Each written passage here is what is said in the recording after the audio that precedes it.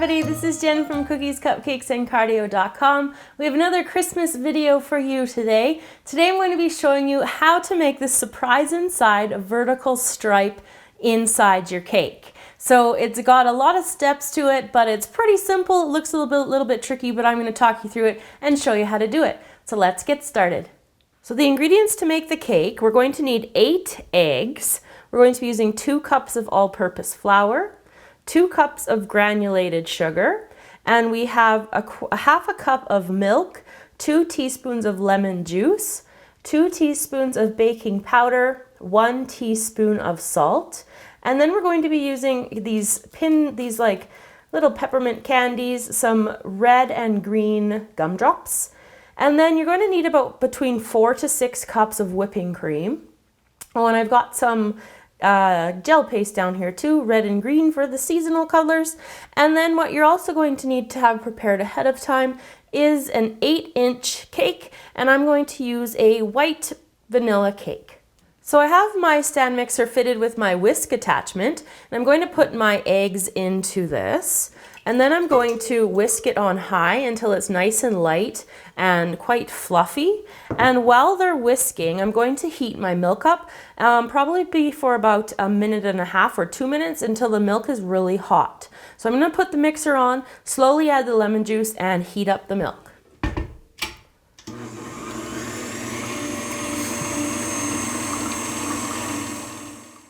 So the eggs are nice and fluffy now, and I'm going to add in the sugar, and I've heated up the milk and it's nice and hot. So I'm just going to pour the sugar in, and then I'm going to put it back onto high and add, well, while it's on medium, I'm going to add the milk, and then I'll put it back up to high to let it remix completely.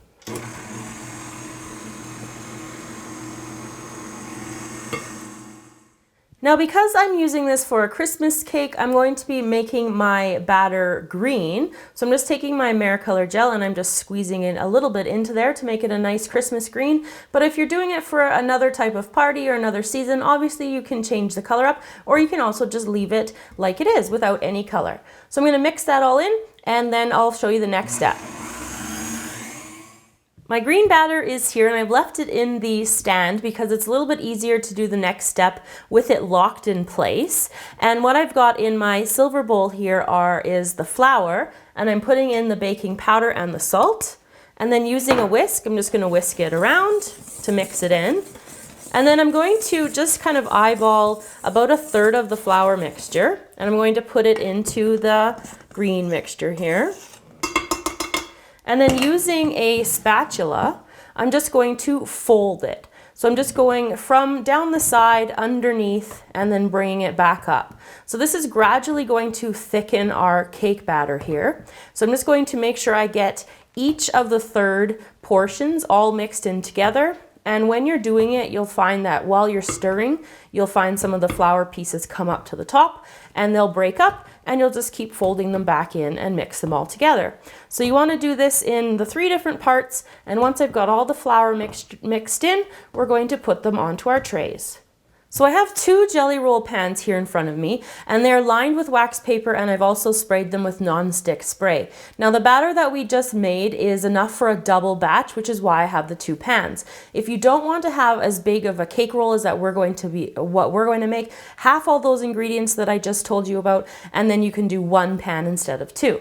So I'm just going to eyeball my division here, and then I'm going to use an offset spatula to smooth it out and make sure my cakes are nice and flat. Now, they're going to bake in a preheated oven at 375 degrees, and they're only going to bake for about 10 minutes. They don't need long to bake, but you want to make sure that before you put them in that you flatten them out like this, and that they are nice and smooth. So when I've done that, I will be back to do the next step.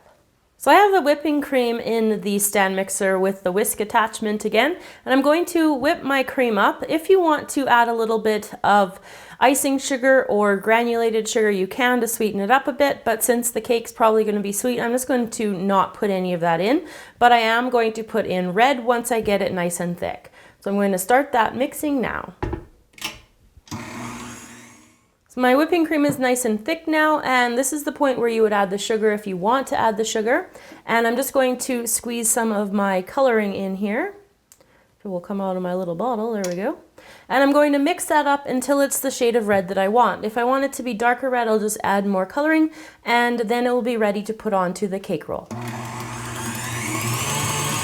So once the cake has cooled completely, I've got it here still with the wax paper underneath. You can take it off if you want to. That part doesn't really matter yet. And what I've also marked is 3 different stripes that we're going to be cutting. So these lines of toothpicks right here are at 3 1/4 inches. The second one is at 6 1/2 from this edge. And this one is at 9 3/4 from this edge as well. So I've got my nice long cake knife, and I'm just going to kind of mark myself the line here and continue on up right to the top. And then I'm just going to cut it all the way down. And I'm going to repeat that with my 6 line and also with my 9 line. And I'll also have to do that with the second cake slab as well. So I have the initial cake slab here cut like you saw before, and now I have my red whipping cream that I've got here, and I'm just going to put probably about 1/2 cup, 1/4 cup of whipping cream on, and I'm just going to smooth that onto each one of these layers. And I'm trying to keep it probably a little tiny bit away from the edge. It's not really a big deal if you get right up to the edge, because lots of the whipping cream is going to squeeze out anyways, but just it keeps it a little bit neater if you just don't go all the way. So I'm going to repeat that with these other ones and with the other cake slab.